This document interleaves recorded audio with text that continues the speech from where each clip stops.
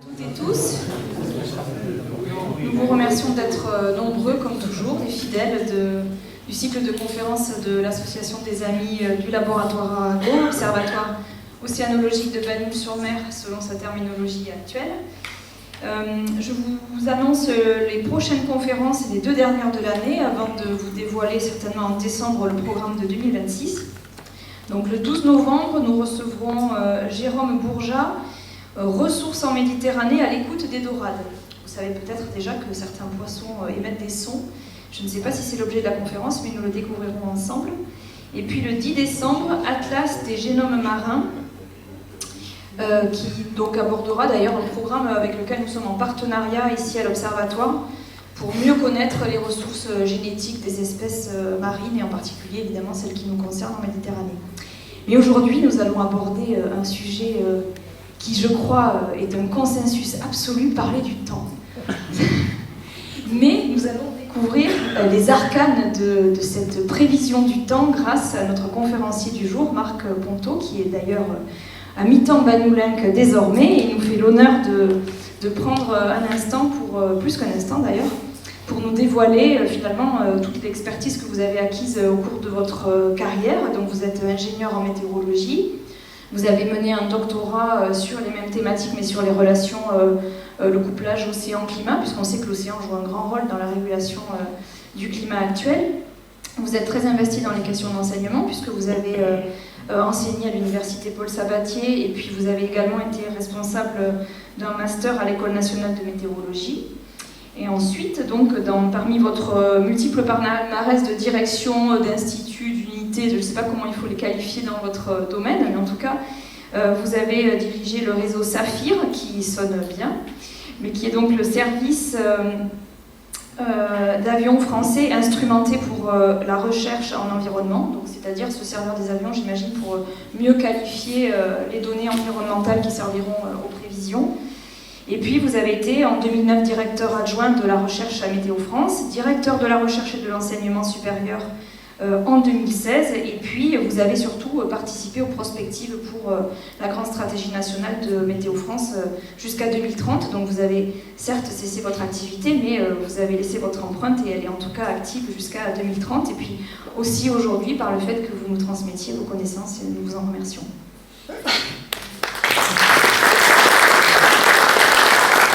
Merci.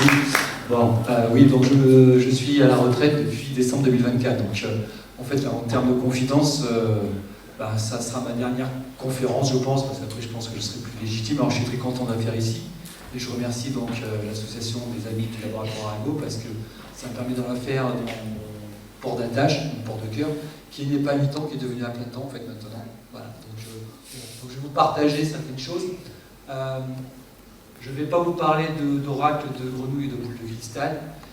Alors, je vais essayer de vous faire peur, je vais essayer de vous partager en gros 2 ou 3 masters en sciences de l'environnement, du climat et tout ça, mais normalement ça devrait bien se passer. Et en fait, le fil conducteur que je prends souvent pour ce genre de conférence, c'est, alors je l'ai dit de différentes manières, mais c'est le déroulement historique, comment au cours du temps on a progressé sur la compréhension des choses. Donc, en fait, c'est donc dans les flottes anglaises et les flottes françaises s'étaient réunies en mer Noire, et en fait il y a eu une tempête dans la nuit du 14 novembre donc 1854 qui a mis à mal 40 navires français, 40 navires anglais, quelques centaines de marins hélas, et même le navire amiral de la flotte française. Bon, ça n'a pas empêché que l'histoire continue à suivre son cours, mais suite à cela, il y a eu une sorte, bon, à l'époque ça ne s'appelait pas comme ça, une sorte de commission d'enquête, si vous voulez, il y a des gens qui se sont mis à essayer de comprendre ce qui s'était passé. Et en fait, la tempête qui est arrivée le 14 novembre en mer Noire, elle était passée à Paris entre le 11 et le 12 novembre, sur l'Autriche dans la nuit du 12 au 13, etc. Et donc on s'est rendu compte que on pouvait peut-être anticiper ce genre de phénomène, ne serait-ce que par une observation en amont du site qui nous intéresse. Alors, l'idée donc est venue de mettre en place un système d'observation structuré, donc c'est l'origine des services météo, notamment en France. Et en fait, ce qui a été aussi déterminant, et c'est un petit peu toute l'histoire de la météorologie, c'est une évolution technologique de l'époque, qui est le télégraphe électrique. Cela permettait de récupérer les observations partout en Europe, de les transmettre à tout le monde, de les partager, et finalement de tracer des jolies cartes comme ça, où on voit une dépression centrée sur le nord-est de la France. Voilà. Donc ça, c'est la partie observation et qui est le point de départ des services météo. Mais en même temps, à cette époque-là, il y a des scientifiques, et ce qui arrive un peu c'est un peu l'apogée de la science déterministe de l'époque, c'est-à-dire qu'il y a eu la mécanique du point de Newton qui ont déterminé des fluides de Navier-Stokes. Donc on a des équations pour le fluide, on a la thermodynamique avec une école française qui est très présente, qui va développer tous les principes de la thermodynamique, et on arrive à avoir un jeu d'équations, on ne va pas les regarder, je vous rassure, un jeu d'équations qui formellement vous disent comment évolue le temps.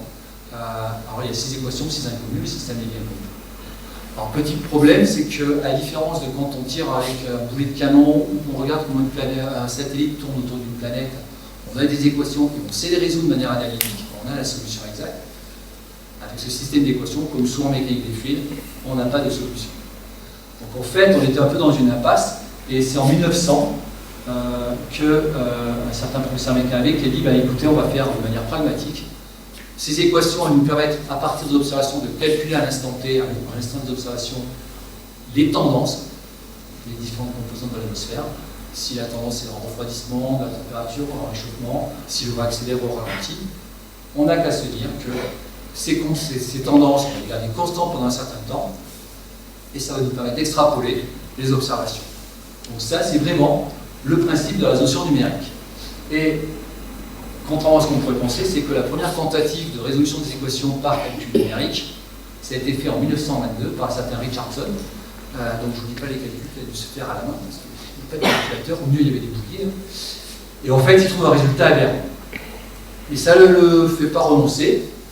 Il cherche à expliquer pourquoi son résultat de 145 hectopascal en 6 heures, c'est une aberration. Pourquoi c'est... Qu'est-ce qui peut amener à ce résultat aberrant? Donc il ne remet pas en cause le principe. Il y a peut-être un problème dans la manière dont on fait les calculs numériques. Peut-être que dans les équations, il n'y a pas que des phénomènes météo. Et puis les conditions initiales. On a quand même malgré tout très peu d'observations. Vous avez vu la carte, il y a très peu d'observations. Et puis, surtout, ce qui est intéressant, c'est qu'il imagine un supercalculateur humain. Donc il imagine une sorte de grande sphère avec sur des balcons des gens qui ont des papiers, des crayons, des billets, et qui sont capables de faire des opérations, avec au milieu un cœur central qui organise les calculs. Et en fait, il a estimé qu'il fallait environ 64 000 personnes pour pouvoir calculer l'évolution du temps plus vite que ce que le temps avance. Voilà. Donc ça, ce supercalculateur humain, aujourd'hui, c'est ce qu'on appellerait un calculateur massivement parallèle, avec des milliers de processeurs, mais qui au fond, c'est un calculateur de 310 cœurs. Et bien voilà, donc il a déjà imaginé comment devaient être organisés les calculs que l'on fait aujourd'hui. Alors, si on revient sur les problèmes qu'il a identifiés, le problème de résolution numérique, en 1928, donc très vite, juste après, 3 mathématiciens américains, on ne va pas rentrer dans les détails, trouvent des contraintes à respecter, ce qu'on appelle le critère CFL. Il y a une première base scientifique et propre pour dire, quand on fait des calculs numériques, il y a des méthodes à respecter, des manières de respecter. Donc ça, c'est très bien, et ça, c'est le début de ce qu'on appelle une branche scientifique aujourd'hui qui est très importante, qui est l'analyse numérique, qui est les algorithmiques, tous ces aspects-là. C'est un des premiers jalons qui se met en place et qui va continuer d'évoluer au cours du temps.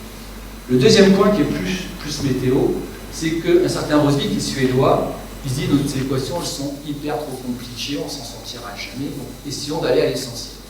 Et en fait, ce qu'il dit, finalement, pour faire le plus simple possible, on va considérer que l'atmosphère, c'est une couche qui est homogène sur la verticale, il n'y a pas d'inclinaison, il n'y a pas de gradient, il n'y a pas de variation. Et donc, on va ramener le système d'équation à juste une équation du tourbillon. Il y aura des tourbillons sur toute la colonne atmosphérique qui vont tourner dans un sens, comme des dépressions, et d'autres dans l'autre sens, comme des anticyclones. Et quand il bricole ce système d'équation, qui est donc devenu très simple, on arrive à montrer, par des méthodes particulières, que ça représente le déplacement des dépressions. De manière un petit peu non parfaite en tout cas. Le deuxième point, c'est les conditions initiales, donc en 1939, c'est qu'avec notamment le service météo de l'époque français, qui développe les balançons, dont vous avez tous entendu parler, et qui arrive à la fin des années 30, ce qui permet d'avoir une observation, une mesure de toute la colonne verticale, notamment de la pression, du vent, etc. Et donc, si on réunit ces trois choses-là, on sait faire les calculs, on a une équation qui est beaucoup plus simple et qui fait que de la météo, même si elle est très approximative, et on a un système d'observation qui permet de faire des moyennes sur la verticale. Donc il manque quoi? Donc, le calculateur. Le calculateur, il arrive après la Seconde Guerre mondiale. C'est le calculateur ENIAC, je ne sais pas si vous le connaissez, c'est le calculateur qui a servi à calculer la bombe atomique américaine, et qui va servir cette fois-ci à faire les premières prévisions de ce qu'on appelle le modèle de Rosenberg, du nom de la personne qui a trouvé cette équation-là. Alors, on est d'accord, les prévisions étaient certainement pas bonnes. Ne dites pas déjà qu'elles sont toujours pas bonnes, on en reparlera tout à l'heure. Mais voilà, donc c'est le première étape de prévision numérique avec un calculateur, c'est en 1950. En France, il a fallu avoir des calculateurs. On a commencé ces calculs-là en 1960, donc 10 ans après. Mais on a une école française qui est très performante, alors peut-être j'aurai l'occasion d'en dire des petits mots au cours de la présentation. Donc qu'est-ce qui va se passer à partir de là? C'est ce qu'on appelle aujourd'hui la révolution silencieuse de la météo, de la prévision du temps. Alors si j'ai le marqueur, non, c'est pas du tout ça, c'est celui-là. Oui, j'ai le pointeur. En fait, à partir de ce moment-là, premièrement, on va avoir les calculateurs qui vont augmenter en puissance. On va avoir des méthodes numériques qui vont devenir de plus en plus performantes. Et on va le voir, ça va être un des points importants de notre présentation, comment vont évoluer les modèles. On a de nouvelles observations, je vous parlerai bien sûr des satellites rapidement, mais on a aussi des campagnes de mesure. Donc, tout à l'heure on a parlé des avions, des Saphir, et on a en face, on a la capacité d'avoir en partie des résolutions analytiques des équations, plus ou moins. Donc on comprend de plus en mieux au cours du temps, jusqu'à aujourd'hui, ce qui se passe dans l'atmosphère, et donc au cours du temps, plus ça va, plus on se rapproche de ce qu'on appelle en fait le système Terre. Aujourd'hui, les modèles ont toutes les composantes de l'atmosphère, l'océan, les composés chimiques de l'atmosphère, les vallées, les fleuves, etc. Donc voilà, donc on est arrivé à aujourd'hui atteindre le système Terre. Ce que je vais essayer de vous faire là, en quelques slides, quelques transparents, c'est vous expliquer les jalons importants. Alors pour vous donner une idée des évolutions des modèles, le modèle dont je vous parlais tout à l'heure s'appelle ARPEJ, qui est le modèle global français, qui est le cousin du modèle du centre européen, qui a été co-développé. On en est, depuis 1991, à la 50e évolution. D'accord? Donc ce sont des choses qui évoluent 1 à 2 fois par an. On incrémente, on gratte pour améliorer le modèle. Donc c'est ce qu'on appelle la révolution silencieuse. Mais, dans cette épopée, si j'ai envie de dire, il y a 3 grands jalons qui ont été vraiment très déterminants. Alors je vais essayer de vous les présenter rapidement. Le premier jalon, il arrive très vite après, donc 1946. C'est Charney et Eddy de manière différente pour se dire bon, c'est bien sympa d'avoir une atmosphère homogène sur la verticale, mais comme c'est pas la réalité, on va essayer au moins d'avoir 2 couches. Donc ça a été une des premières approches d'avoir 2 couches. Donc 2 couches de Rossby, donc 2 couches de tourbillons qui peuvent se balader comme ils veulent, mais pas exactement comme ils veulent. Et en fait, ce qu'ils vont rajouter, et c'est hyper intéressant, c'est qu'ils vont appliquer, si je trouve le pointeur comme il faut, un gradient de température entre le pôle et l'équateur. Bon, l'équateur c'est chaud, le pôle c'est froid. En fait, en été, la différence de température est importante, mais pas tant que ça, et le flux reste laminaire. Il n'y a pas de perturbation de flux à ce moment-là. On a bien des vents d'ouest, ce qu'on connaît bien, qui se mettent en place. En revanche, quand on dépasse une certaine différence de température entre le pôle et l'équateur, et notamment en hiver, puisque le pôle n'est plus éclairé, il se refroidit, la différence de température est telle que le système se met à créer des dépressions, des anticlyssones, des ondulations, des perturbations qui vont se propager lentement vers l'est. Donc là, avec ces calculs-là, ce que montrent Charney et Eddy, c'est que on a une première étape qui est la frontogénèse, pardon, je me suis trompé, la cyclogénèse. Et donc, ce qui est intéressant, c'est que ces perturbations transportent de la chaleur de l'équateur vers les pôles. Donc la raison d'être des perturbations qui nous passent sur la tête à nos latitudes tempérées, en hiver, c'est de transporter de la chaleur de l'équateur vers les pôles. Comme le fait le Gulf Stream dans l'océan, eh ben, vous avez l'équivalent d'un océan à l'est. Alors ces modèles-là ont été très vite développés en France, aux États-Unis, un peu en Angleterre. Ce sont les modèles des années 60 et 70. Ce sont des modèles qu'on appelle quasi géostrophiques. Il n'y a qu'une variable tourbillon en altitude, une variable tourbillon dans les basses couches, et c'est tout. Pas vraiment d'autres paramètres. Aujourd'hui, ces modèles ils servent surtout avec des fonctions pédagogiques pour nos étudiants, pour leur apprendre à faire rapidement un petit modèle qui tourne, qui est assez stable, qu'on comprend et qui est facile à mettre en œuvre. La deuxième étape, la deuxième évolution majeure, elle vient d'un certain Hoskins, qui était à l'université de Reading en Angleterre en 1978, qui va lui reprendre des équations, va se dire bon, c'est bien beau tout ça, puisqu'on a pris des tourbillons, forcément c'est la seule variable qu'on a, mais le vent il suit des tourbillons, il ne peut pas s'écarter de ça. Il se dit ben, moi je vais essayer de prendre en compte des équations où je peux avoir un petit écart, où le vent n'est pas obligé de suivre les isobars, il peut s'écarter, c'est ce qu'on appelle la divergence. Mais le système est très compliqué et Hoskins a trouvé une méthode mathématique assez superbe pour résoudre le système d'équations. Et il montre à ce moment-là qu'on a bien, quand on est là dans la température, on a la cyclogénèse, la formation des dépressions et des anticyclones, ces perturbations qui se propagent vers l'ouest. Mais en plus, on va avoir à l'intérieur de la partie dépressionnaire la formation de fronts. Le champ de température va faire être tordu rapidement pour former des fronts. Et ça, les fronts, il y a le vent qui souffle, qui change de direction, on change de masse d'air. Donc là, on a trouvé la raison d'être, alors je ne peux pas tout vous détailler non plus, mais la raison d'être de la frontogénèse.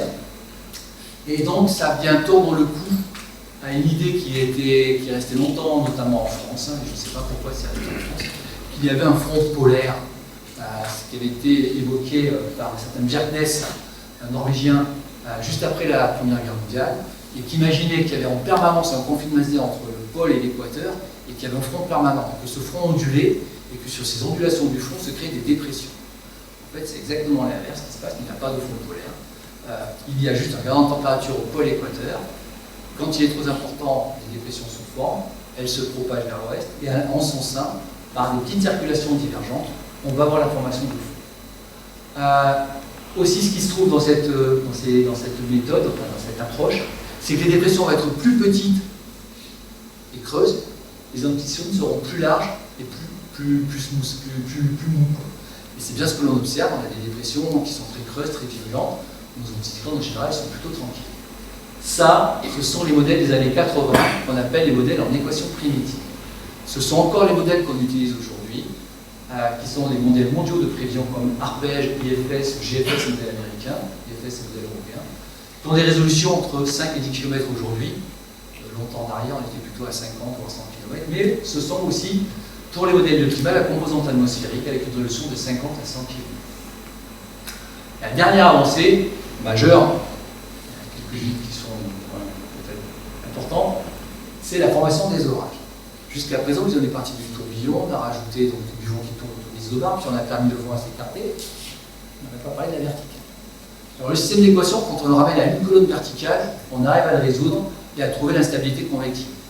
En 3D, c'est beaucoup plus compliqué. Alors ça paraît peut-être bizarre, mais bon, quand on rentre dans les équations, c'est très compliqué. Et depuis les années 2000, on a essayé de prendre en compte donc, cette partie de composante verticale, d'accélération verticale, qui amène à la formation des gros oracles, les fameux cumulonimbus. Ça a été fait donc, dans les années 2000. C'est rentré en opérationnel dans les années 2010. Et c'est ce qu'on appelle le modèle AROM, alors qui a été partagé avec en gros 25 pays européens, qui s'appelle ALARO, qui s'appelle Harmonie, avec des résolutions que vous avez aujourd'hui en accès public à 1,3 km. Actuellement, il y a deux domaines qui tournent à 500 mètres de résolution, un sur le bassin méditerranéen et sur les Alpes. Alors, sur le bassin méditerranéen, c'est pour les événements cévenols, les événements méditerranéens, vous connaissez, je pense.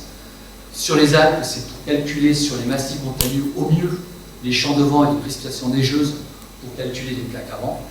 Et puis on en a un sur la région parisienne pour la gestion des aéroports et de la pollution sur la partie région parisienne. Donc ils sont en opérationnel et ce sont des modèles qui tournent donc jusqu'à 500 mètres aujourd'hui. Et maintenant, depuis très peu, enfin très peu, c'est quand même 5 ans maintenant, le temps passe vite, on a développé des modèles régionaux de climat pour zoomer les modèles de climat globaux, parce que ces modèles qui traitent la convection nous donnent bien des informations bien plus précises et meilleures sur les précipitations. Donc voilà, ça ce sont les trois évolutions majeures, et pour vous illustrer ce que fait un modèle comme ça qui est Liefeld-Nash, parce qu'au passage, à ce niveau-là, vous avez les équations exactes de 1850. Il n'y a plus d'approximation. Alors au passage, je ne vois pas le temps, enfin je ne vais pas tout parler, mais dedans il y a des ondes sonores aussi. Il y a le son, ça nous pose des problèmes parce que le son se propage très vite. Au niveau numérique, c'est dur à gérer. Je ne sais pas si on entend les ondes chanter pour faire pleuvoir, mais bon, c'est pas mon but. Alors voilà à quoi ça ressemble le modèle Liefeld-Nash. Vous avez ici, alors c'est la version recherche des années 2008. Vous avez ici, bon, c'est un modèle qui fait 2,5 m de résolution à l'époque, qui vous montre un système orageux convectif. Donc en gris, naturellement, vous avez des bouclettes d'eau qui sont représentées ici, qui matérialisent le nuage. En mauve, vous avez ce qu'on appelle des overshoots, des dépassements de glace. Et surtout dessous, ce qui est en violet mauve aussi, vous avez les précipitations qui touchent le sol. Et ce que vous voyez, c'est qu'en surface, les couleurs, c'est le champ de température. Donc, rouge, c'est plus chaud que bleu, ok. Et vous avez à l'avant, à à l'avant du système convectif, la température passe brutalement de température chaude à froide. Et en même temps, vous voyez qu'à l'avant, le vent est très faible, et à l'approche du système convectif, vous avez des rafales de vent qui sont très importantes. Je pense que vous avez tous vécu l'expérience d'avoir un orage qui vous arrive dessus, avec la température qui baisse, le vent qui monte en rafale, et après, en général, on se fait rincer. Voilà, donc ça, on a des modèles qui sont à cet état-là. On a des objectifs pour 2030, d'avoir des modèles globaux comme ça, voire de les faire tourner même pour les modèles climatiques. Pour les modèles climatiques, c'est quand même encore, ça va coûter cher. Voilà. Donc on a ça en perspective en fonction de l'évolution de la puissance de calcul. On peut parler aussi de consommation d'énergie, de coûts, etc. Et il y avait ça dans les cartes. C'est très réaliste. Et quand vous avez un modèle recherche comme ça, qui fait des systèmes convectifs très réalistes, c'est pas parce que c'est réaliste que c'est une bonne prévision. Faire une bonne prévision, c'est autre chose. Et donc là, derrière, la clé, pour tous les modèles de prévision, c'est d'avoir de bonnes conditions initiales, un bon point de départ. Et ça, c'est un enjeu qui est aussi très très compliqué, peut-être même plus compliqué que de développer un modèle de prévision. Et c'est ce que j'essaie de vous expliquer rapidement.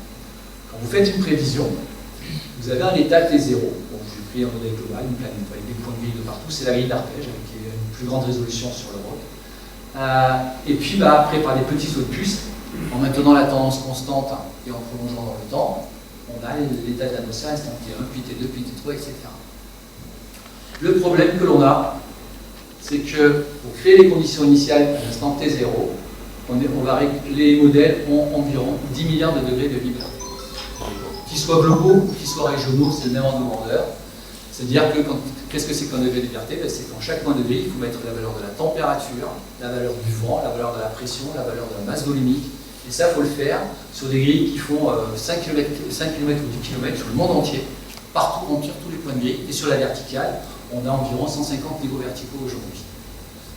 Pour faire ça, on va essayer de récupérer toutes les observations. Alors bien sûr, nos historiques de ballons sondes, dont on est très fiers. Bien sûr, les satellites, dont on pourra peut-être parler, qui sont très importants dans les modèles globaux, moins dans les modèles régionaux. Mais aussi les avions de ligne, qui on récupère tout ce qu'on peut, sincèrement. Quand on a des bateaux qui transmettent en temps réel leurs observations, on les intègre aussi.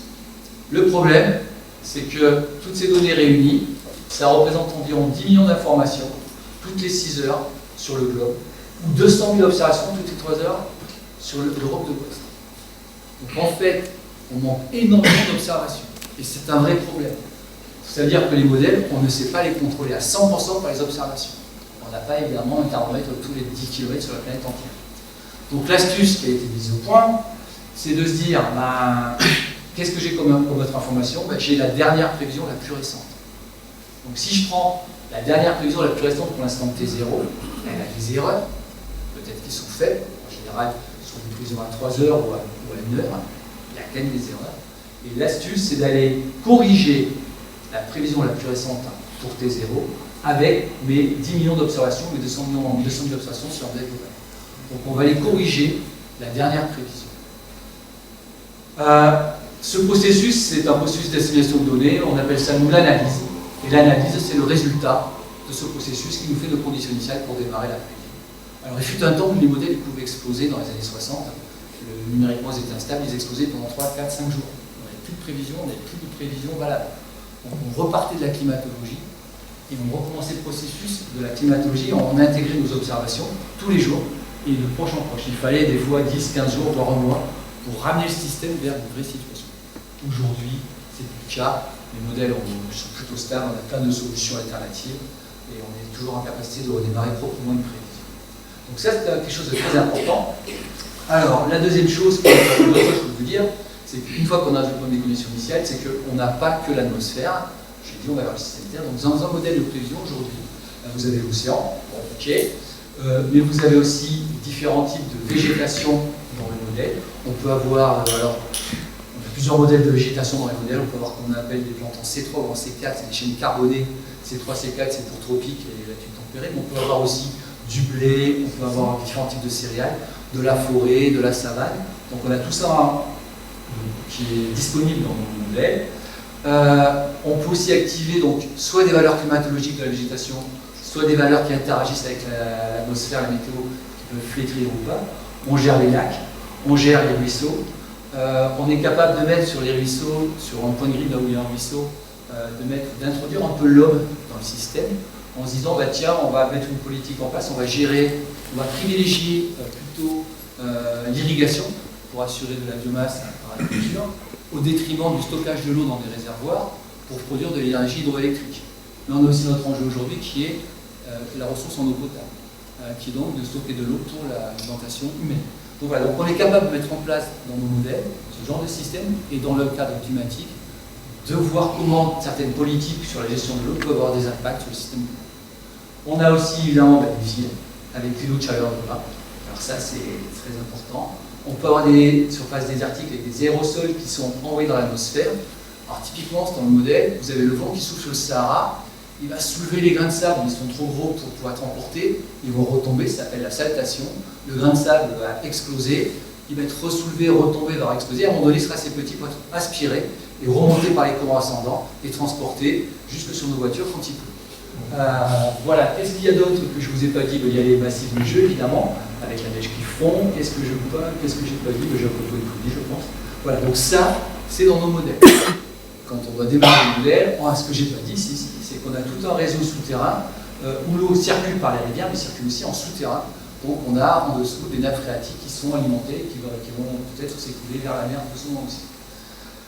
Bon, ensuite, une partie de la révolution, le petit schéma que vous avez là, peut-être que vous le connaissez, ce qu'on appelle le papillon de Lorentz, pour moi, c'est le papillon pour représenter le chaos. C'est un modèle qui est très très simple. Alors, peut-être pas tout le temps, mais la petite histoire, l'anecdote, elle est sympa, c'est que c'est un certain Lorentz qui est au MIT aux États-Unis.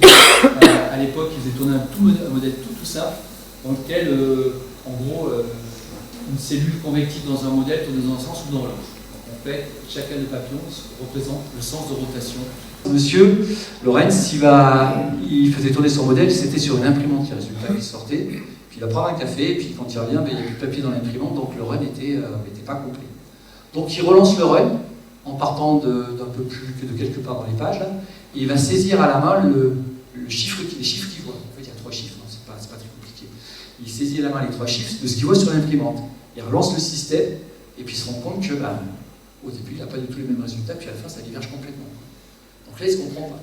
En fait, ce qu'il finit par comprendre, c'est que quand il a mis ces chiffres pour relancer sa simulation, ces chiffres étaient tronqués. Dans le système de calcul, il y avait beaucoup plus de précision après la virgule. Et l'ayant tronqué, il a envoyé une information légèrement différente qui a fait que le système a divergé. Et que du coup, le tourbillon s'est mis à se tourner dans un sens et dans l'autre, pas comme vous l'avez prévu la première simulation. Ça, c'est ce qu'on appelle la sensibilité aux conditions initiales. En petit passage, quand je vous dis que donc, dans nos modèles, on a très peu d'observations par rapport à ce qu'on a besoin pour démarrer une simulation, je peux vous dire que la sensibilité aux conditions initiales, on y est très sensible. Et en fait, c'est une expérience qu'on a fait il y a... Bon, c'est vieux, mais c'est pas grave, c'est toujours d'actualité, le principe est toujours bon. On a une prévision de précipitation, donc les couleurs jaune et rouge, ce sont des champs de précipitation. Vous avez le pourtour méditerranéen, nous c'est par là, donc c'est la vallée du Rhône. Et là, vous avez ici, pour une prévision, la meilleure prévision possible à partir d'observations que l'on a, qu'on appelle le contrôle. Et ensuite, on s'est amusé, si on veut, à perturber les conditions initiales dans la marge d'erreur de mesure des observations. Donc quelque chose qui est tout à fait possible. Donc des petits dixièmes de degrés par-ci, par-là, dans les conditions initiales. Et vous avez, à ce moment-là, 10 autres simulations différentes qui racontent toutes des histoires différentes. C'est une prévision, je crois, qui est à 48 heures. Et donc vous voyez que, bon, grosso modo, la structure est la même, mais il ne pleut pas forcément avec la même intensité. Quand c'est rouge, il pleut beaucoup, je pense que vous l'avez compris. Pas tout à fait exactement au même endroit. Et quand on regarde ensuite, qu'est-ce qui se passe en dessous pour les inondations, et notamment dans ce cas-là, nous, ce qu'on a regardé, c'est qu'est-ce qui se passait au pont du Gard, au cours du temps, avec cet événement précipitant, et vous avez les petits traits bleus qui vous racontent différentes histoires du niveau d'eau au niveau du pont du Gard. Donc ça varie entre une trentaine de centimètres jusqu'à 2 mètres d'élévation du cours d'eau au niveau du pont du Gard. C'est pas la même histoire, à 30 cm, 2 mètres, c'est pas tout à fait pareil, on est d'accord. Alors, la meilleure prévision, l'observation, ce sont les petits points noirs. Ça, c'est l'observation au pont du Gard, qui en gros atteint 1 mètre, 1 mètre 10 d'élévation du niveau de l'eau au niveau du pont du Gard. En vert, vous avez ce qu'a donné le contrôle, soi-disant la meilleure prévision. Elle arrive à 60 cm, un peu plus de 60 cm. La moyenne est en rouge. La moyenne fait mieux. La moyenne est presque à 80 cm, peut-être un petit peu plus, et donc elle donne une bonne information. Et quand vous avez tout ça, pour savoir quelle est la bonne information, c'est pas trivial. Parce que la moyenne, c'est pas toujours la bonne réponse. Et c'est d'ailleurs pas souvent la meilleure réponse. Et donc là, derrière ça, on a développé des méthodes statistiques de correction, enfin, de tout ce que vous voulez, pour essayer de dire, ben, en fait, bon, la bonne solution, c'est l'ensemble de ces trois règles qui va donner la meilleure prévision. On va en parler, ça fait appel à de l'intelligence artificielle, etc. Mais bon, ça, c'est pas le plus important. Donc, du coup, ce que l'on fait en général, enfin, pas en général, ce qu'on fait toujours, on ne fait pas une seule prévision aujourd'hui. On en fait le plus possible pour la même situation en changeant les conditions initiales du modèle, en les perturbant. En gros, on fait à chaque fois, des fois ça se limite à 12 prévisions, des fois on en fait 25 pour la même situation pour essayer d'en faire des statistiques. Donc ça a un coût évidemment. Mais l'incertitude, c'est quelque chose qui est très important, notamment pour les décideurs. On a des règles avec des grands opérateurs qui sont très sensibles à la météo, où ces statistiques leur permettent, les aident à prendre des décisions qui, économiquement, sur le long terme, il ne faut pas jouer qu'une fois. Il ne faut pas se dire, avec je vais faire un barbecue un samedi, je veux savoir quelle est la probabilité. Ça ne marche pas. Il faut le faire, il faut faire des barbecues tous les jours, j'ai envie de dire, pour qu'à la fin, il y ait une règle de décision de coût, risque et coût, on soit gagnant à la fin. Alors, ça c'est un des autres points. Ensuite, quand on en est là, mes conférences, j'ai terminé à ce moment-là, dans 37 minutes, un peu moins, parce que je vois une belle introduction. Ceci, c'est ce que je montrais pour dire, voilà, en 2030 ou 2035, c'est ce qu'on fera, donc c'est l'aéroport de Charles de Gaulle. Vous avez un modèle qui a une résolution de 1 mètre en horizontal, donc le premier niveau doit être à 5 cm du sol, et après j'ai des niveaux tous les 10 cm. J'ai des niveaux dans le sol pour les flux de vapeur d'eau, puisque c'est une question de brouillard. Donc là, vous voyez une prévision de brouillard qui dure 2 heures. La séquence en temps réel, c'est 2 heures. Mais en réalité, ce calcul-là, pour faire ce calcul-là, il a fallu 48 heures sur une machine Prace, pour ceux qui connaissent, qui était la plus grande machine de calcul européenne de l'époque. 48 heures de temps de calcul pour pouvoir 2 heures de situation réelle. Donc, bien sûr, ça c'était il y a quelques années, en faisant l'hypothèse que dans 15 ans, on aurait des moyens, des techniques pour pouvoir les faire dans des temps raisonnables. Et à la limite, c'était l'idée, c'était de dire ces modèles-là, on les implémente directement au sein du centre de contrôle de l'aéroport, et ils ont les prévisions en temps réel pour prendre leurs décisions de décollage, de passer en ce qu'on appelle en LVP, Low Visibility Process, etc. Ça, c'était jusqu'à il y a 3, 4, 5 ans. Et voilà, il y a un mais. Alors, il y a un mais. Alors, ce mais, je vais rester longtemps dessus. Dans les années 80, on s'était dit que, bon, on avait des modèles, des équations, on les mettait dans les années 80, on commençait à avoir les modèles en équations primitives, qui étaient quand même pas mal. Mais on s'est dit, après tout, on a quand même des données, est-ce que de manière statistique, on ne peut pas prévoir le temps? Donc, on a fait ce qu'on appelle aujourd'hui des apprentissages à l'époque, hein, qu'on appelle aujourd'hui des apprentissages. On a essayé ce qu'on appelle la méthode des analogues, et les résultats n'étaient pas bons. Alors, on n'avait pas beaucoup de données, on n'avait pas beaucoup de puissance de calcul comparé à aujourd'hui, et donc on l'a mis un peu en sommeil. Néanmoins, tout ce qui était méthode de type intelligence artificielle avec l'apprentissage, aujourd'hui c'est en place, on corrige les sorties de modèles, on fait des produits automatiques à partir de ça, on traite les obs par intelligence artificielle. Typiquement, quand on a des caméras, quand on récupère les caméras autoroutières, on a des processus qui apprennent à reconnaître s'il y a de la pluie, si le sol est enneigé, s'il y a tout ce genre de choses. Donc c'est quelque chose qu'on connaît. Et actuellement, dans la stratégie qui était en place, qu'on avait mise en place, c'était de remplacer des bouts du modèle. Ce que je vous ai pas dit, c'est que dans un modèle, quelque chose qui coûte très cher, c'est de calculer en tout point de grille le trajet d'un rayon qui vient du soleil et qui traverse l'atmosphère pour toucher le sol, donc qui est visible. Il se transforme au contact de la Terre en infrarouge et remonte dans l'atmosphère. Ça coûte très très cher. La théorie est parfaitement connue, mais ça coûte très très cher en temps de calcul. Et donc on s'était dit qu'on allait remplacer ce système de transfert radiatif, c'est comme ça qu'on l'appelle, par de l'intelligence artificielle. Donc on avait commencé à remplacer des bouts du modèle par de l'intelligence artificielle. Ça ne marchait pas trop mal, bien qu'il y ait quand même des problèmes de stabilité numérique. Mais par contre, on n'était pas encore dans l'idée de se dire, bon, on est mature pour aller faire un modèle complet par intelligence artificielle. Alors là, j'ai passé un Noël difficile en 2022, parce que il y a eu une communication, alors qu'il y avait vraiment tous les attributs d'une communication scientifique, les auteurs, affiliations, résumés, conclusions, tout, mais jamais revu par des pairs, donc des publications spontanées, on va dire. Et là, ce sont des Chinois, c'est Huawei, qui annonce son modèle d'intelligence artificielle Pangu Weather, utilisant les conditions initiales du centre européen, qui sont en libre accès, et qui prévoit ici la trajectoire d'un cyclone dans la partie en Asie. Et alors, vous avez, et je me suis trompé, vous avez, si je retrouve vous avez en noir la trajectoire de l'œil d'un cyclone, qui est ici. Et vous avez en bleu la prévision à 8 jours du modèle du centre européen, qui est quand même reconnu comme le meilleur modèle au monde. On voit qu'au bout de 4 jours, il bifurque à droite, alors qu'en vrai, il va tout droit. Vous avez en rouge la prévision faite par l'intelligence artificielle, par le modèle de Huawei pendant 2 heures. Donc là, j'ai pris un peu une claque, et mes collègues aussi. Alors après, derrière, ce qui n'est pas dit, qu'on ne voit pas, c'est on ne sait pas quelle est l'intensité du cyclone, on ne sait pas du tout quelle est sa pression au centre, ça se trouve, c'est dans leur modèle, c'est une vague dépression. On n'a rien sur l'intensité du vent, on n'a rien sur les précipitations, on n'a pas tout ça. Mais malgré tout, la prévision de trajectoire est quand même pas mal. Donc ça nous a mis un peu le challenge. Alors c'est pas tout, c'est que ça c'est novembre 2022, à 2 mois de Noël et du jour de l'an. Voilà ce qui s'est passé en fait, c'est que moi j'ai raté, enfin j'ai pas été le seul, une publication de Nvidia, qui est, si je retrouve Nvidia, les processeurs graphiques, pour faire de l'intelligence artificielle il faut des processeurs graphiques, qui en février 2022 avait annoncé un modèle forecasted qui avait des résultats aussi très intéressants, mais ce résultat il est passé complètement sous les projecteurs. On l'a redécouvert juste après quand on est tombé sur Huawei. Sauf que décembre 2022, DeepMind, Google, je vais trouver mon petit joystick ou pas le voilà, DeepMind, Google, en décembre 2022, GraphCast, même résultat, super résultat, ça marche super bien, intelligence artificielle. Et puis le lendemain du jour de l'an, quand on est encore un peu fatigué, Microsoft, janvier 2023, Climax, et puis ça s'est pas arrêté. Tous les big tech nous ont annoncé des modèles par intelligence artificielle en quelques mois là. Et on se les a pris un peu dans la figue. Alors, aucun de ces modèles n'est parfait, loin de là. Mais ils ont, par certains aspects, comme celui que je vous ai montré de Huawei, des caractéristiques très intéressantes. Mais qu'est-ce qui s'est passé? Comment ils ont fait ça?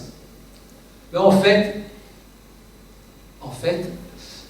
je change de sujet apparemment, c'est que en Europe, nous avons reçu des subsides de l'Europe pour recalculer le climat depuis le plus tôt qu'on peut.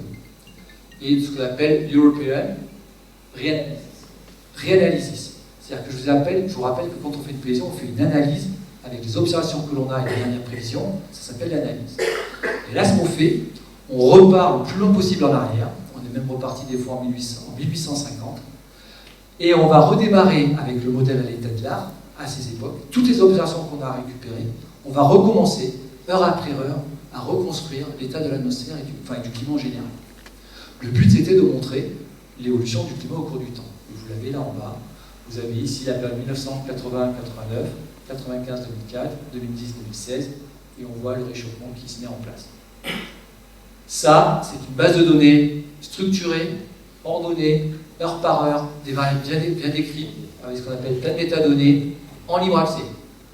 Les big tech, ils ont pris leur aspirateur à données, ils ont tout pompé, et avec leur GPU, leur moyen que les services météo n'ont pas en général dans le monde, ils ont fait l'apprentissage. Alors l'apprentissage, je pourrais vous en parler si vous voulez, mais voilà, ils ont appris nos bases de données et ont fait des prévisions. Le petit bémol, c'est que la résolution est de 30 km.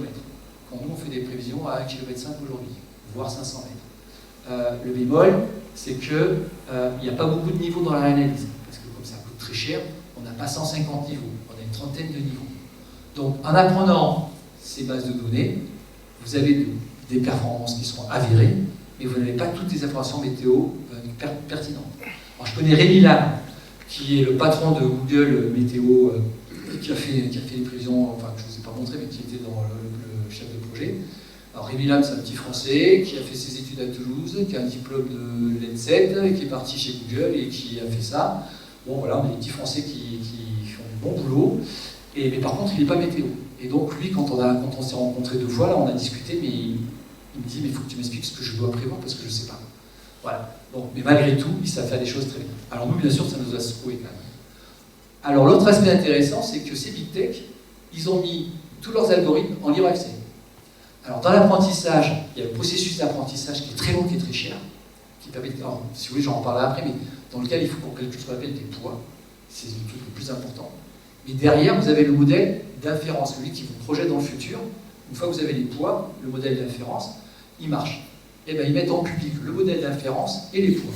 Donc, on est allé les récupérer. On a refait un peu d'apprentissage avec nos données données un peu plus à haute échelle, etc. Et on a développé nos propres systèmes de prévision par intelligence artificielle. Alors ils sont encore un peu balbutiants, mais nous on commence à voir ça qui est en place. Alors je vous montre celui du Centre-Alpin, il y en a Météo France, mais parce que j'ai un exemple que j'ai sous le coude qui s'appelle la tempête Kairan.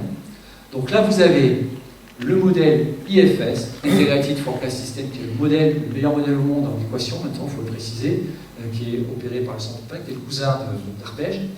Et ici vous avez AIFS, Artificial Intelligence Forecast System, donc le modèle version intelligence artificielle.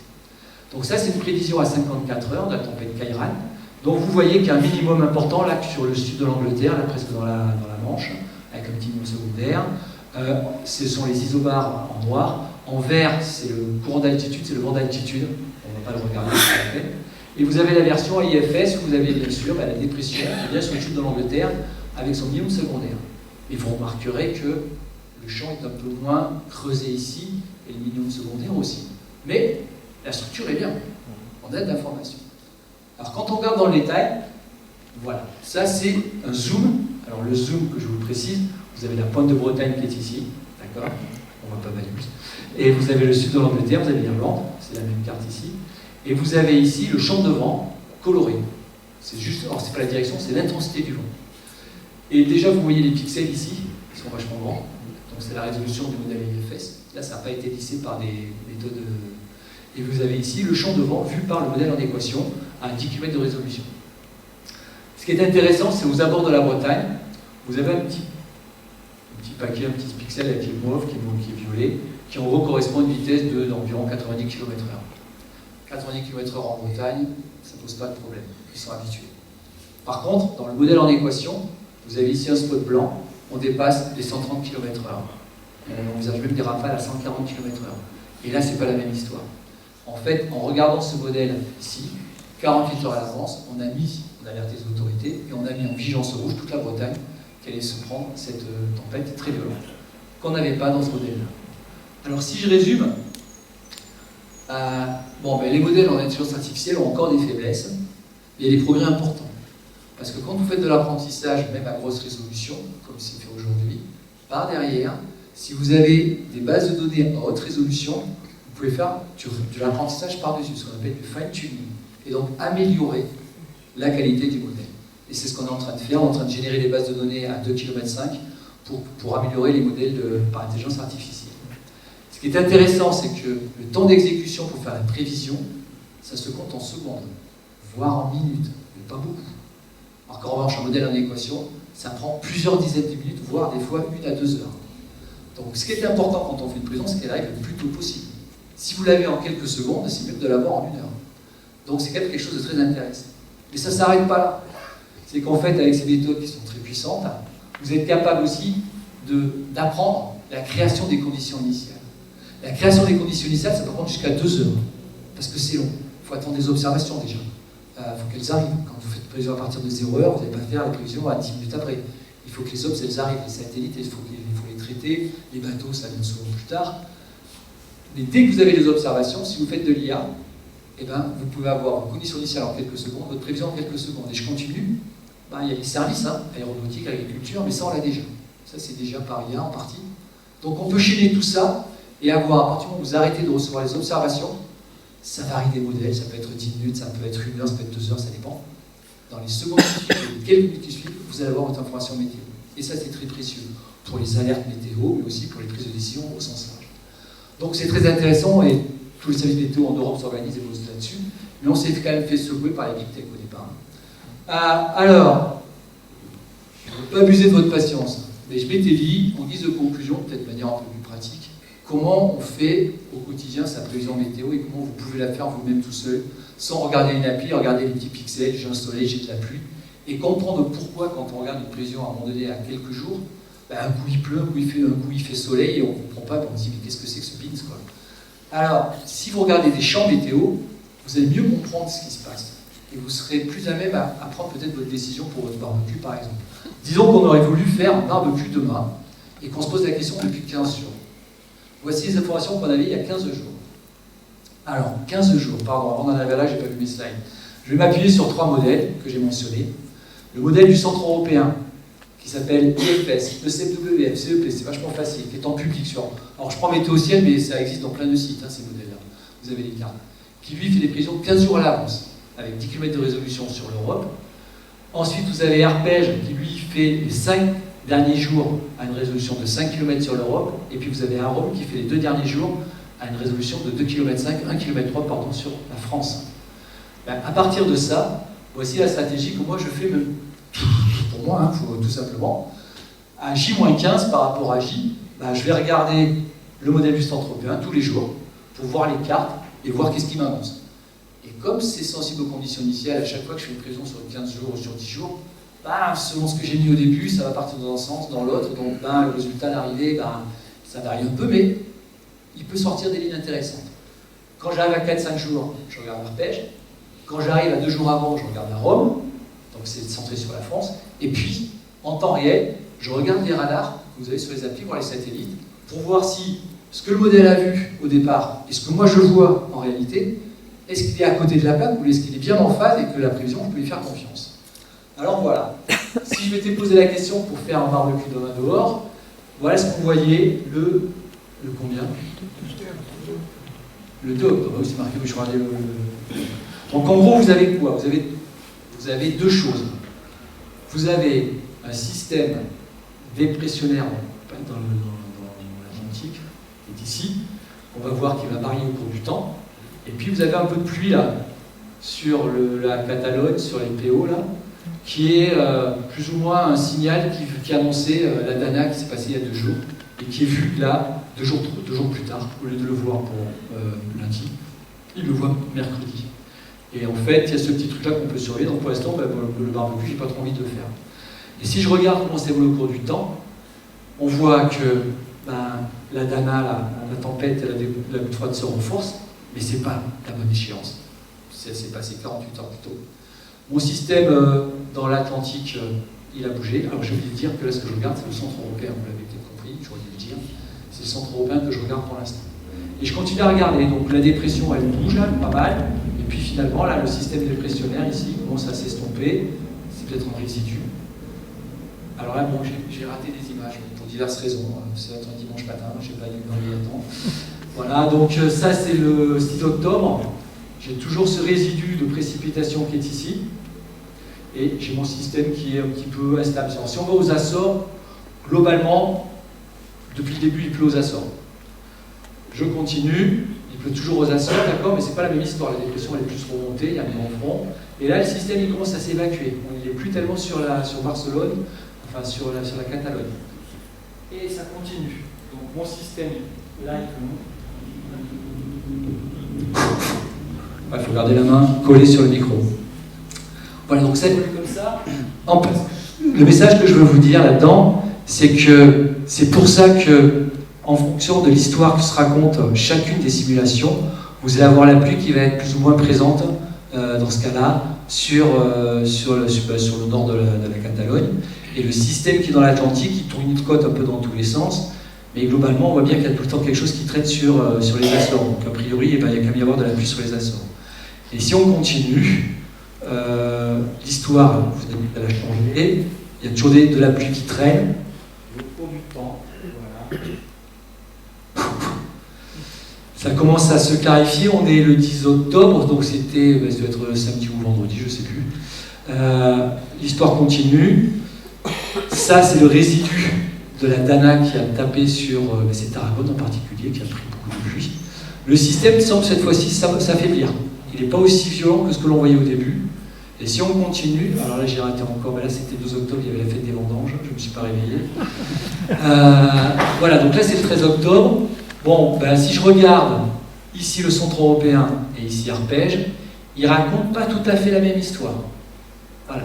Ils n'ont pas tout à fait les mêmes conditions initiales, la version est un petit peu différente. Globalement, on voit que le système qui a tapé sur la Tarragone, maintenant s'est évacué au large de la Sardaigne, il est ici, sur la Sicile, demain, donc il sera là. Il est au même endroit, il n'a pas tout à fait la même forme. Le système sur l'Atlantique, il a un peu la même structure, on reconnaît les lignes, il y a les fronts qui sont là, mais on voit que dans Arpège, c'est un peu plus intense, continu que dans ce cas-là. Et je continue, donc toujours la même histoire. Donc le système dépressionnaire est un peu plus vers la Sicile et l'Italie, c'est déplacé un petit peu plus vite. C'est-à-dire qu'en fait, au fur et à mesure qu'on avance dans le temps, l'événement qui était prévu sur Tarragone, enfin sur Barcelone, sur la Catalogne, il arrive de plus en plus tôt, donc il a le temps de s'évacuer plus vite. Et puis voilà, vous avez le système dépressionnaire sur l'Atlantique. J'ai rajouté à partir de, donc c'était quand? C'était hier, hier, à Rome. Alors à Rome, je suis désolé, c'est pas une bonne situation météo, il n'y a rien. Quand on est météo qui arrive sur une carte, on est triste. Hein, parce que ce qui est intéressant, c'est d'avoir quelque chose. Donc là, on voit, il y a des petits pixels bleus qui sont la pluie, du côté qui traîne là. Quelque chose sur peut-être la Belgique ou la Hollande, je ne sais pas trop, je ne connais pas le nord de la France. 15 octobre, c'est ce que j'ai fait tout à l'heure, il n'y a pas très longtemps. Donc ça, c'est la prévision. Alors, c'est la prévision du centre-Paris toujours et de l'arpège. Bon, ça ne change pas. On voit que bon, ça y est, c'est stabilisé. Maintenant, on est à 4-5 jours, 3-4 jours. Le système est stabilisé. Il ne pleut pas sur Banyuls. Alors, à ce moment-là, comme c'était cet après-midi que j'ai fait ces captures d'écran, on peut commencer à regarder. Alors, à gauche, c'est l'image radar. Manque de peau, il n'y a rien à regarder chez nous, mais en revanche, on voit qu'ici, il y a le reste de la dépression qui était là, qui est sur le nord de la Sardaigne. Ici, on la voit un petit peu, c'est en image satellite. Dans les images satellites, il y a des codes de couleurs. On voit que le front sur l'image satellite, il est quand même pas très loin du Portugal. Voilà. Et ça, ce qu'il faut faire en général, c'est de regarder si ça, à l'heure où on le fait, c'est-à-dire aujourd'hui à 15h45 et 16h15, si dans le modèle, dans sa prévision, si à ces heures-là, il a bien positionné correctement ces signaux-là. Voilà. Et donc du coup, il ne devrait pas pleuvoir demain à Banyuls, hein, mais bon, en général, il faut toujours bien réfléchir. Et voilà, j'en ai terminé.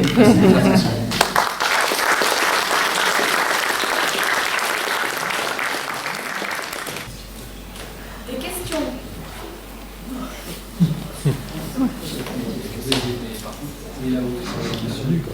Oui.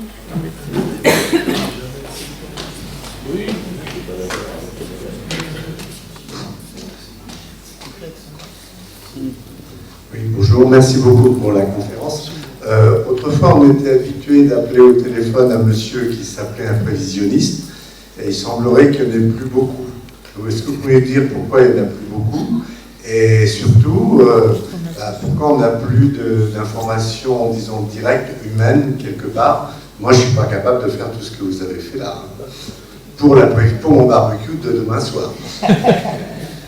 Alors, oui, vous n'êtes plus personne au bout du fil. Oui, il y a eu une période où on a mis des répondeurs. Bon, il y a un domaine dans lequel il y a... En fait, il y a de plus en plus de prévisionnistes. Vous ne les voyez pas. On est en train de faire évoluer les personnels de Météo France d'un statut qui étaient des techniciens pour les monter en compétences, on est passé en ingénieur, notamment pour les méthodes statistiques, pour être plus performants dans plus de formations. Donc on a de plus en plus de prévisionnistes, mais qui font de l'expertise en temps réel, voire en temps différé, mais surtout en temps réel, pour la protection des personnes et des biens, mission première, pour l'aéronautique, pour les armées. Ce que je ne vous ai pas dit, c'est que les modèles que je vous ai présentés de Météo France, ils tournent ailleurs que nos territoires d'outre-mer et la métropole, ils tournent ailleurs. Où est-ce qu'ils tournent, voilà. Donc il y a de l'expertise qui est à rajouter sur des missions, je dirais, institutionnelles. Et ensuite, alors ça c'est pas moi qui l'ai décidé, il y a ces ingénieurs qui font du service pour des grandes activités, type l'agriculture, type l'hydrologie, ce genre de choses. Et donc il y a beaucoup plus effectivement de prévisionnistes de haut niveau, mais moins en contact avec le grand public pour du service pour le grand public. Donc en fait, le grand public, l'hypothèse, le choix qui a été fait, je suis mis, c'est bien, ça a été de dire qu'on va fournir les informations météo par les systèmes d'application, par les bulletins télé, parce que c'est nous qui alimentons les bulletins télé, mais pas par une expertise humaine en direct. Voilà. Alors en revanche, à la demande, pour des grands événements, je ne vous dis pas pour les Jeux Olympiques, vous savez combien il y a plu pour la journée d'ouverture. J'étais permanent ce jour-là, je me rappelle bien. Bon, là, il y a des prestations qui sont faites, mais c'est des prestations à caractère commercial. C'est assez paradoxal qu'un service, un établissement public fournisse une prestation financière, commerciale, dans le cadre des Jeux Olympiques. Mais bon, voilà, c'est le monde dans lequel on est. Voilà. Donc oui, il n'y a plus de service direct pour le grand public. J'aurais une question à vous poser. sur l'approche intelligence artificielle. D'après ce que j'ai compris, la surface couverte est beaucoup plus grande que par l'approche, je dirais, équationnelle. Donc, est-ce que pour les orages, cette approche intelligence artificielle est-elle pertinente? Aujourd'hui, je ne pense pas, puisqu'on a réussi à simuler des précipitations. Quand vous avez un carré de 30 km sur 30 km, vous englobez trop d'informations, c'est trop moyenné, donc il n'y a plus de signal de petite échelle pour répondre aux orages. Non. Aujourd'hui, l'état de l'art, c'est le modèle à Rome, qui tourne maintenant à 500 mètres. Alors, l'intérêt de tourner à 500 mètres, on se pose la question, pourquoi c'est intéressant de tourner à 500 mètres aussi? Parce qu'à un moment donné, jusqu'où on va, quoi. À 500 mètres, il y a plusieurs aspects. Si vous avez un meilleur relief, donc le relief, c'est mieux décrit, vous allez mieux pouvoir localiser le déclenchement des orages. Si vous avez une meilleure résolution, vous allez avoir une meilleure texture du sol avec ses ressources en humidité, et ça aussi c'est important. Et la troisième chose, c'est que quand vous avez une résolution à 500 mètres, vous êtes capable de prendre en compte les interactions des tourbillons de petite échelle et une meilleure dynamique. Et ça, pour l'instant, l'intelligence artificielle n'y arrive pas. C'est un problème mathématique ou d'ordinateur? Non. Alors, pour le style d'intelligence artificielle, il y arrivera, et c'est ce qu'on essaie de faire, c'est qu'on est en train de faire des simulations à haute résolution, je disais 2,5 km, et dès qu'on pourra, on ira jusqu'à 500 mètres, et on ira apprendre ces systèmes convectifs, et après on fera des modèles d'une certaine confiance, peut-être relative, mais on fait une certaine confiance. Au passage, les grandes incertitudes sur l'évolution du climat, quand il y a le GIEC, etc., c'est pas tant de modèles, hein, et quand on voit de cours, c'est les choix d'orientation politique des décideurs, parce qu'ils font des contraintes pas possibles sur les émissions de carbone. Donc, les modèles sont assez précis. Par contre, l'intelligence artificielle, et là vous me posez une question qu'on m'a déjà posée et qui est assez intéressante, parce que, a priori, si vous n'avez pas appris des situations très chaudes, vous n'êtes pas censé pouvoir les reproduire parce que vous ne les avez pas apprises. Et bien, jusqu'à preuve du contraire, on y arrive, et ça, je ne sais pas pourquoi vous le dire. À tel point qu'on se pose la question, qu'on est en des bases de données qui sont vraiment très riches, avec des événements, des canicules de temps en temps. Est-ce que ça ne suffit pas au système pour apprendre plus que des situations déjà existantes, mais apprendre presque quasiment les équations? On se pose la question, est-ce qu'on n'est pas en train d'apprendre jusqu'aux équations avec des bases de données suffisamment riches? Alors, comme on n'est quand même pas convaincu à 100% de ça, on simule les situations extrêmes de manière artificielle avec nos modèles, et on fait apprendre en IA ces situations extrêmes pour lesquelles dans ces bases de données des systèmes un petit peu extrêmes. Mais c'est vraiment une question qui fait débat, parce que derrière l'intelligence artificielle, il y a beaucoup de mathématiques théoriques qui se mettent en place pour essayer de comprendre ce qui se passe derrière, des théories de groupe, etc. Et on ne sait pas très bien toujours ce qui se passe là-dedans, quoi. Merci, monsieur.